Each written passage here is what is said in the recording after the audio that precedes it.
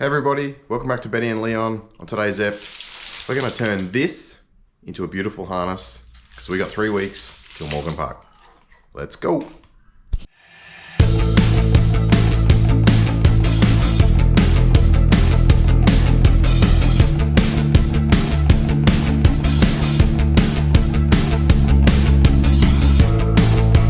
We've got 3 weeks.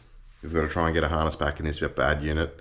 I've done a lot of work behind the scenes, but I want to go through a bit of the thought process before we actually get to the doing part as to, how I go about creating a harness for this car. And a lot of it is applicable to your road car, and with a bit of a race car flavor added to it. Let's go through the planning stage, as I call it, which I've already done up until this point. So, we'll do a little bit of a recap on what I've done over the last few weeks, and then we'll move into the actual doing bit. But when I create a harness, what are we thinking about? These for me are the main sort of requirements for our harness that we need. So starting at the top, reliability. We cannot DNF ever again due to wiring issues and faults. Every single time we've DNF with this car, apart from the brake fire, has been through electrical. So how are we going to achieve that?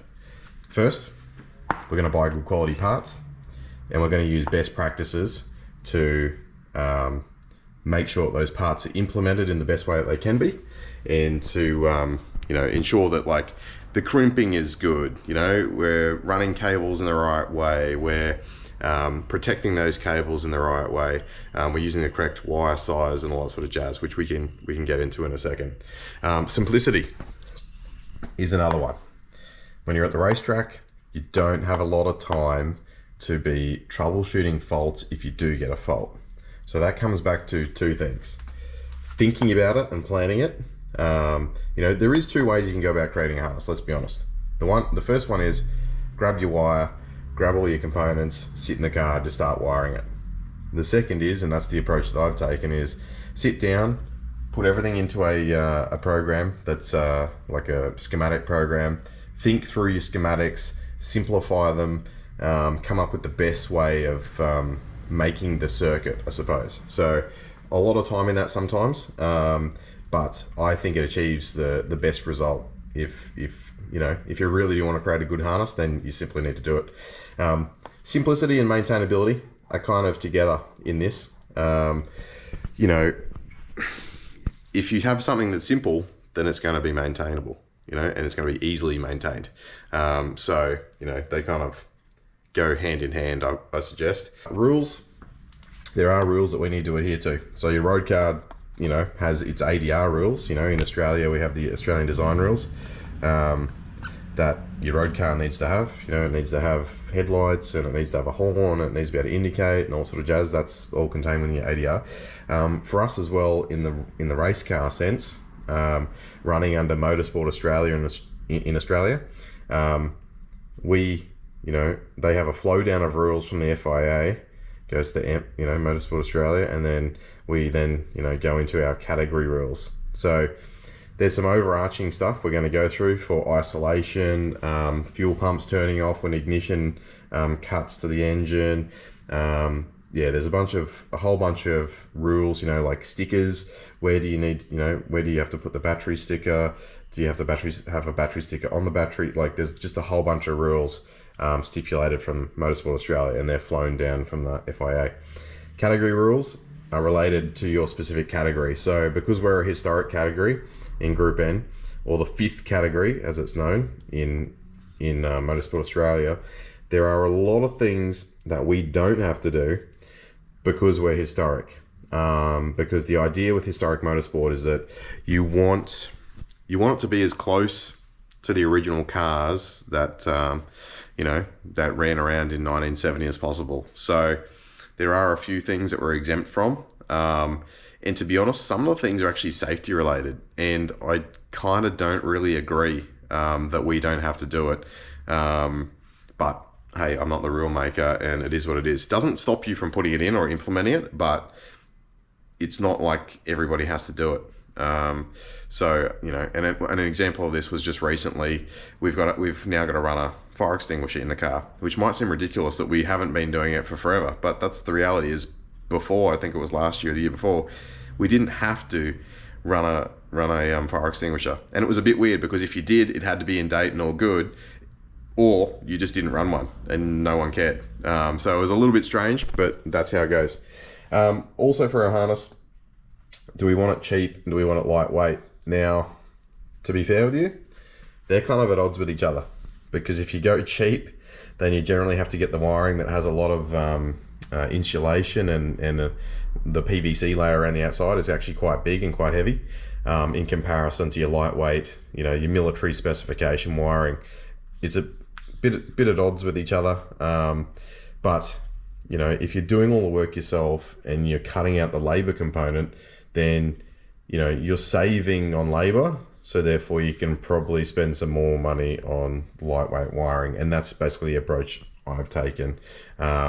Being honest with you, I think if we got out of this, you know, under $1,500, I think that would be a reasonable outcome. Lightweight also is not a massive thing for us now in the category, because we have a minimum weight, but still I still err on the side of make everything as light as possible, and then put the weight where you want it.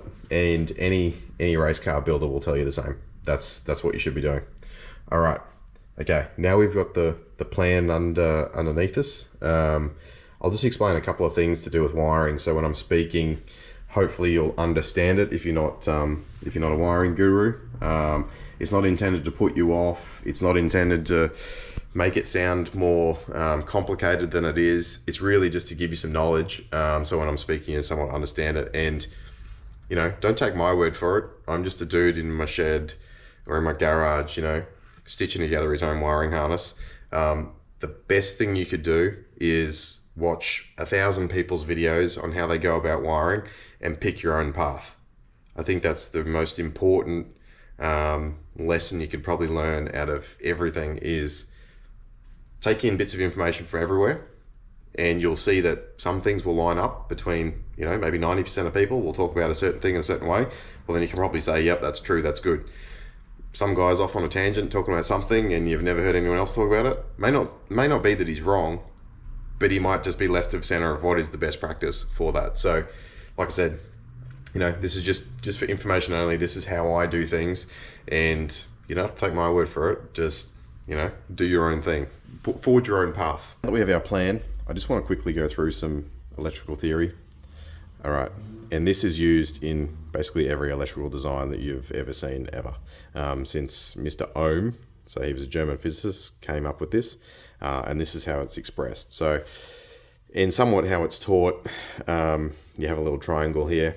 For some people, it's easy to visualize. If you see the P on the top, it means it's P is, you know, equals to voltage times current. So P being power. Power is expressed in watts. Voltage is in volts. And I is current, which is amps. So that's probably the hardest one to remember, because, you know, how do you get current out of I? I'm sure there's some relationship, don't know off the top of my head, but anyway, it's expressed in amps. Similar thing here, we have voltage, we have current, and we have R. So that brings resistance in, and it's in ohms.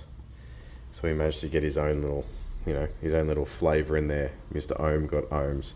Okay, so why is this important? Well, let's use a headlight as a great example. We've got a headlight. It doesn't tell me what the resistance of that headlight is. It doesn't tell me what the current of that headlight is, but it certainly does tell me it's measured in watts, right? So if we had, say, a 12 watt headlight, I'm just using easy figures because it's an easy round number. So if we did 12 watts and we knew that it was 12 volts, but we didn't know the current, we can actually work that out, right? So it's 12 divide 12 equals 1. So we would know for a 12 watt in a 12 volt system, that would be a 1 amp. current draw. Why is 1 amp important? Well, what size fuse would we need to run? Probably, we'd probably give 20% over the top. The next one over the top of that is probably a 2 amp. What wiring gauge will we run? Well, whatever can handle 2 amps. So probably a 20 AWG, or probably a 22 to be honest. Something that can handle that. So see how I've just quickly, very, very quickly, basic math, worked out 1, what is the fuse size, and 2, what wiring size I need to have.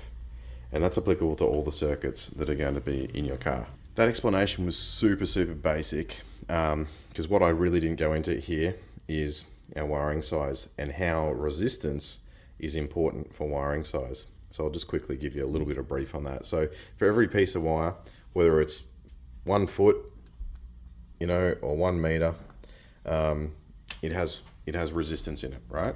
And why is that important? Well, the size of the wire dictates the resistance, and the resistance is the opposition to current flow. And because this is basically a ratio, right? The more resistance we have times by the current means how much voltage we drop in that particular bit of wire. Now let's just draw a circuit out, right? So say we've got a bit of wire, and then we've got our load. Say our load needs 12 volts to run. Say we're dropping 2 volts on our cable. That means that this will only get 10 volts to run. Will it run well? Probably not. That again is at its most basic, and that would, in this example, that's because this wire is dropping 2 volts. Well, how do we fix that problem? Well, we can go, I'm going to say, and this is another thing, is do you say up in wiring size or down? The way that American wiring gauge, so that's the AWG, that's where that comes from, works is the higher the number, so 22, 20, 18, 16, 14, 12, 10, you're going from small to large. And it ends up around, I think, 4,000.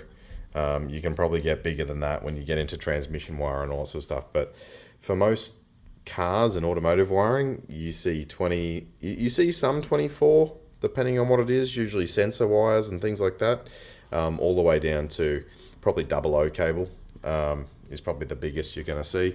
Some car audio installs might be a bit more hectic and go bigger than that, but generally speaking, in the race car today, what I'm doing is I've in the planning stage, for the simplicity, I'm trying to keep to a minimum amount of wiring changes, and to do that, we're running 20s, we're running 16, we're running 10, 8, and 2.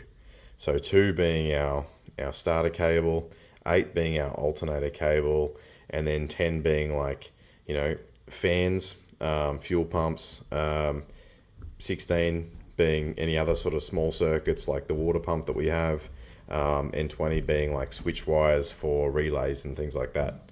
That's probably the nice summary there of wire sizing versus things. Again, we'll go through it as we go through each one of the circuits, but that's a very high level on, what you need to know from a, I guess, just an awareness perspective, the math. There's calculators online, right? You don't have to be good at math. You just have to understand that I need to, when I'm sizing a circuit or creating a circuit, you need to get these bits off your specification sheets. You need to get the watts off, or you need to get what the volts is. You need to get the details on what your load is. You can plug them in. You can then go, okay, well, how does, if I need 20 amps at the load, well then what wire, can carry 20 amps? Okay, this. Well then obviously if it's 20 amp load and we need a little bit of headroom, we might size it for, say, 25 amps. We need a 25 amp fuse, so on and so forth. Just trying to keep it simple, but that's the basics. Okay, now that we've got the basics down, let's jump into the components that I've now chosen for this race car. And I'm stoked because I love wiring and I love buying components and sizing things up and creating designs. Yeah, I really, really do love it. Part of creating a design, it's not just about the electrical part. There is also physical components, and I'm fortunate enough to be able to draw componentry using, you know, SolidWorks, Fusion 360, tools like that. But I'm also pretty heavily into 3D printing as well. Completely self-taught in that. But I just love it from the perspective of rapid prototyping. I don't think there's anything out there that can beat it unless you have your own sort of metal shop where you have a laser cutter and you have a mill at your disposal. I don't think you're beating a 3D printer. It's just amazing that you can draw something 3 or 4 hours later, have it printed, and boom, you're away prototyping, you know? So a lot of what you're about to see is not finished components. It's literally just prototypes to get me to the next stage, to where we, you know, we can wire stuff up and then come back and, you know, get the correct piece made out of metal or whatever it might be. But like I said, it allows you to move quickly in your design phase, so that when you progress quicker, because that's the point with a lot of this stuff, is a lot of people get bogged down by waiting for suppliers and other bits and pieces. You know, a wiring job takes you 6 months. Well, it doesn't need to if you've got the right components. I'm not saying everybody go out and buy a 3D printer, but you can use cardboard, you can use paper, you can still use all of these same free drawing programs, Fusion 360 being a great one. KeyCAD is what I use for schematics. It literally, you know, produces schematics and things. Yeah, so anyway, we live in the world of availability of awesome tools and things which are free. Okay, so what do we got here? So this is going to be our little, basically, fuse panel that's going to sit in the passenger, sort of same as Betty. If you've ever seen Betty, it sort of lives up underneath the passenger footwell. And these are the components we're going to use. I've also, and that's 3D printed, these little mounts. These will probably stay. I didn't really feel like spending $35 on the ones from the proper joint, but for about 10 cents in plastic and whatever it was, an hour print time, we've got some cool little mounts there. I've also printed just a face plate for the switch panel, so which is pretty good. That print actually failed, but like I said, sometimes things are just good enough for you to be able to use it, you know, to get just that extra step down the road, and then you can come with your good stuff. So what are we looking at here? Like I said, we're looking at the fuse panel. So the components we have there are, the main power is going to come from the battery to our isolator switch. And isolator switch, quite important. Obviously it's got to cut the main power feed, you know, left and right. But it also has extra contacts, which you can see there, contacts 1 and 2. So these guys, for basically earthing our alternator out and also disrupting our ignition. That's one of the sort of rules through the FIA down to Motorsport Australia that is stipulated, is that when you turn this off, the car must stop. I know people struggle a little bit with how these are meant to be wired, because if you don't kill the alternator, your car can continue to run, right, without the battery connected. So that's why it is quite important that you wire it correctly, and that's why you've got these extra little tabs on there, just to kill the alternator power, short it to earth, and through a resistor, which we need to put this little dude in line as well. It's usually like a 3 ohm, 11 watt, so not a massive amount of resistance, but just enough to kill the field in the alternator, which helps to basically produce the power of the alternator, and obviously your ignition as well. So once you've got those two gone, there's no way the engine can keep running when that big red guy is pulled. So we've got a main battery lead, come from the battery into this one side, out of this side, it's going to come into our first power distribution. So this thing's pretty cool. What it is single feed in. So basically we're feeding in, you know, essentially what is about 100 amps, I suppose. And then we're going to feed these two sides out to the buses. So this fuse block is actually bussed. But the beauty of this one is it's actually got this little connector here. So what the connector allows you to do is, when I turn the red switch on, one side of this, so this actual top side, is live. So as soon as I turn that red switch on, one side of it is live. Now, that means that, fuse 1 to 10 will be live as soon as I turn that switch on. The things that are on that circuit are things like our headlights, our indicators, our brake lights, our windscreen wipers, our fans, our water pump, and like indication stuff, so like our gauges and stuff like that. The reason for having all those things on that side is that it's from a safety perspective, right? Is as long as I've got power, I can signal to people. So say if the engine stops or some other drama happens, I can still signal to people to go, yep, like indicate here, I'm getting off the track as I roll by. Like if the engine goes out, or headlights, if it's a night race, people can still see me. Brake lights, they can see if I'm on the brakes. They're really kind of what I would term essential circuits that you need to be running at all times. And you might think, oh, the engine is essential. Well, it is, but it's not. From a safety perspective, it's really not. Whether the engine runs or not, who really cares, to be honest? But I need to be able to signal to people saying, hey, I'm in trouble, or like, you need to see my brake lights coming on because I'm stopping, or so on and so forth. So the components which hang off the other side, which is the switch, so the accessory switch will connect to here. It will turn power onto the other side. So in the back of this guy, we've actually got, you'll see there's two studs there. So those two studs are going to power those two studs. So one is on all the time when we turn that guy.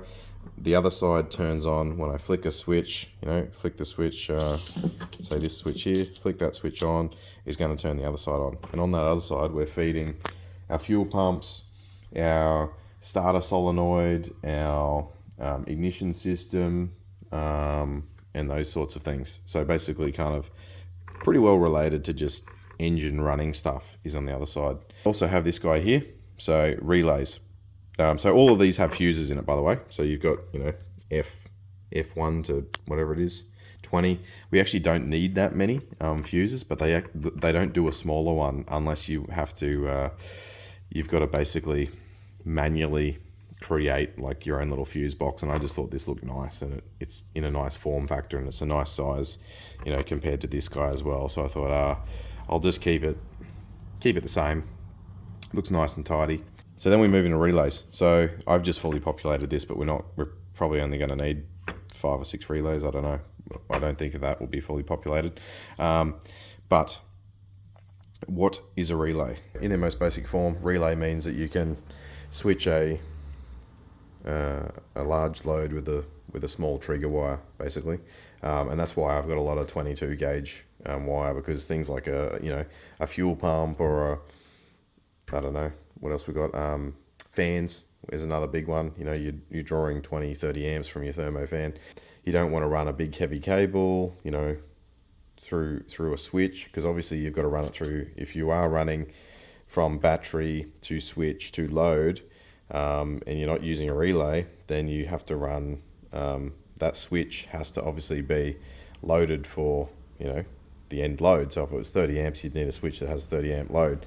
A lot of switches don't do that. A lot of switches stop at like 10 amps, 15 amps, 20 amps. So that's the reason for relays, is they've got bigger beastier contacts in it. You can have a 20 gauge wire as the trip wire, and you can have the 10 gauge wire going out to your fan. So it just allows you a little bit of flexibility. Final two components on here is this guy. This will be a ground bus. So this will go off to basically I haven't decided yet, but probably battery ground, or the body ground. And then up the top here will be where our feed for the alternator comes in. So we actually are going to fuse our alternator side. So if it shorts out, it will blow that fuse. And for the same token, if any of these guys, so if any of these fuse things were to short, we've also got protection. If something weird happened where the fuse didn't contain it, it would really have to be between these guys and the underside here, to be honest. Is we're protected by a 50 amp fuse on either side of that as well. So it we've got we've got protection in all the right spots. Don't need to do any more or less than that, but yeah, it's you know, that's the basic fundamentals. Is everything's in the same spot, everything's fused, and yeah. So I think that we can now we've done that little breakdown, I can show you the wiring we've got. So I have gone with military specification wiring, and that's keeping in the theme of what I used in Betty as well. So it's all white, so you'll go, how the hell are you going to know what that is when it's fitted in the car? Well, let me show you my little hack. What I worked out is I've got a little brother printer. It takes these tapes, and you've got heat shrink tapes, and you've got normal tapes. And there is a way, I'm not telling you how to do it, but there is a way that you can make heat shrink print on a cheap printer. Allegedly, you put some tape over some of these holes on the side here, and it'll print it out. So I'll just show you real quick one that I've done already, which is the alternator cables. You can see them here. So that's some white heat shrink. Oh, if it actually wants to focus on it. But yeah, you can see that there. You've got, you know, the piece of white heat shrink on it, tells you what color is. In this instances, you know, like at the other end of this guy, we'll have alternator or something, or we'll have, you know, battery for this one, or starter or something like that. To protect our wiring, I'm also going to be running all the wiring in the woven wiring protection. You can get this stuff from a place called RS Components, RS, so Romeo Sierra Components. I think it's on the box. There you go. Yeah, pretty good, wholesale, anyone can buy from them. And also your heat shrink. So heat shrink, I know a lot of people get caught up in the DR25 or whatever they call it. I mean, as long as you're using a good quality heat shrink that has the glue in it, so when it shrinks down, it actually glues itself together, I don't think you can go wrong. Again, like I said, depends how much money you want to spend, but yeah, that's what we're using for wiring. So we're using Tefcell wiring. It's military specification. You can see on the side here, you know, it says MS, and then it says, you know, 22759 / whatever it is. You can buy that stuff everywhere. The average punter can get it, so have a bit of a Google. I also like to use aircraft componentry for things like this. So ring terminals, I get them from Mob, Aircraft Spruce, same sort of deal. It's awesome aircraft equipment, and yeah, can't go wrong, because aircraft have a lot of vibration. Yeah, they see more vibration in the car. I also use these kind of things for covering terminals and stuff, so you'll see how I use all this stuff as we go. It is out there, it is available. Switches, quite important. Having, you know, I've got switches that have the screw terminal instead of spades. I made that selection on the basis of when you've got a screw through it, again, is an aircraft switch. When you've got a screw terminal, well, it's screwed, it's held on there, it can't go, you know, it can't fall off. We've got our tachometric relay. So this guy's a pretty special little relay. It allows us to take a signal from the coil, you know, just like your tacho would, to run the fuel pump. So the fuel pump will only run whenever, and they use these on LPG cars, yeah, as a safety interlock switch. But I use it for basically turning the fuel pump on when I've got ignition signal, because if I don't have ignition signal, then I don't need to be running the pump. I do also wire an override in it in case there was an issue on that circuit, but yeah, it's one of the little things, the little tricks I'll show you where we adhere to the standard correctly, but also remove any potential, if we have an issue, then I can kind of override it. Keeping this mess of wiring here just as a reminder of what not to do. No, I'm kidding.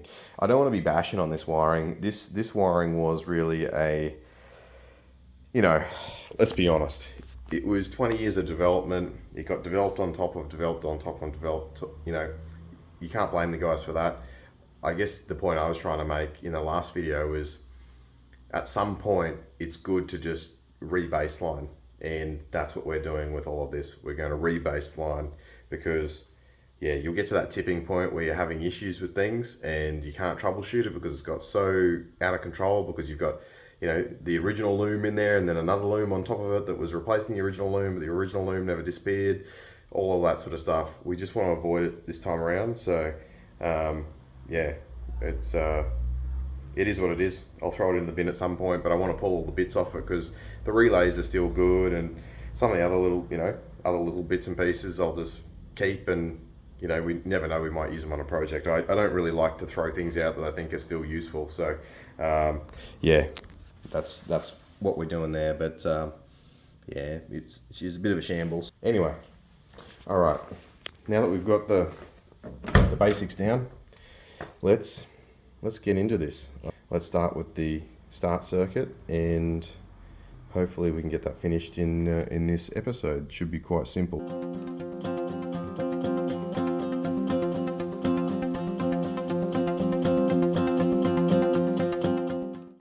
So this is the big piece of true AWG.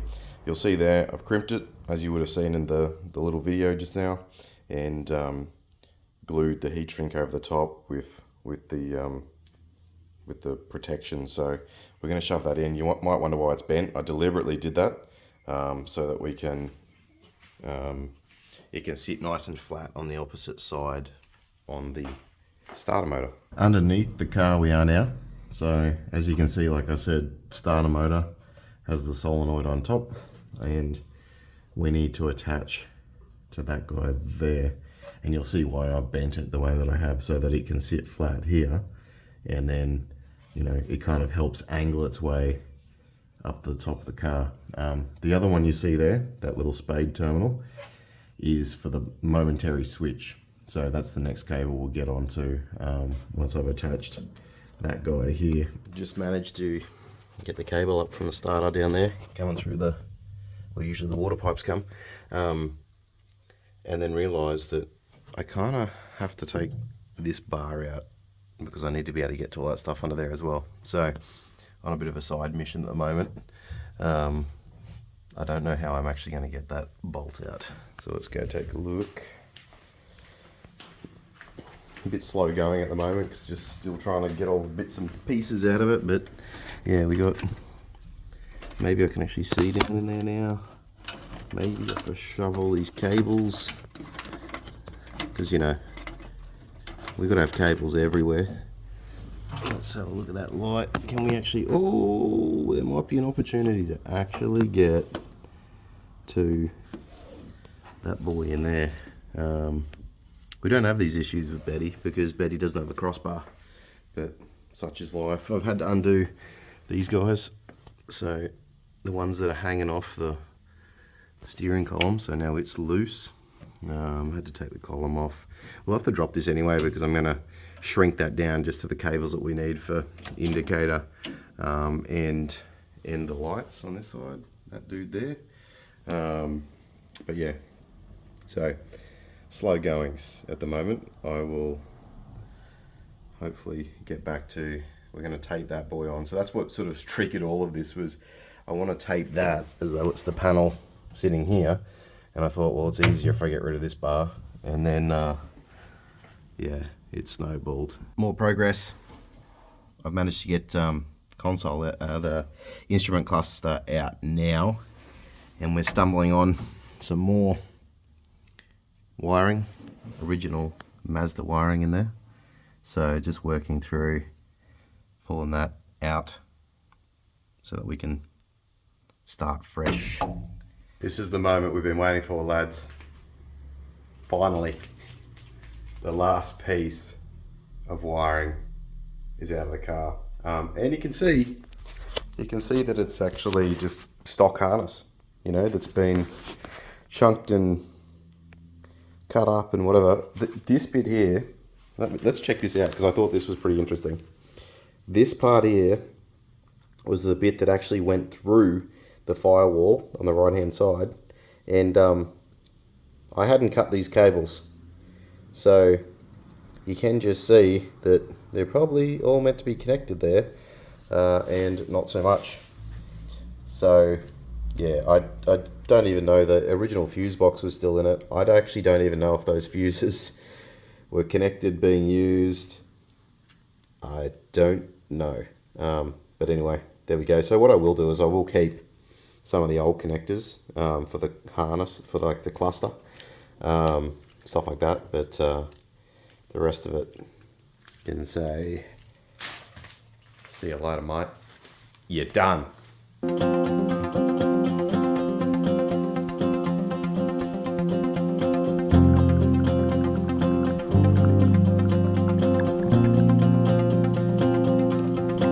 Just remove those plastic trim pieces in the dash pad. I'm going to call it for this episode here. Didn't really get as far as I wanted to, but to be fair, now we've got the clean sheet with literally no wiring in the car. All the dash is out of it. Let's check that out.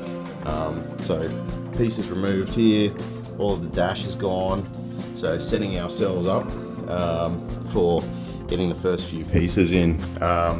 You'll also notice taking the door trims off, because I figured if the king of interiors Roberto is going to do us a dash pad, well, maybe we should just up that ante a little bit and get him to do some door trims as well, just to clean the car up. We've always hated them, they've always looked terrible. So, you know, just another one of these midlife upgrades for this car, just neatening things up. And I'm also going to get some new plastic pieces that I've pulled out there. I'm going to again clean them up as well. I think we could do better with the alignment of the bolts, the roll cage.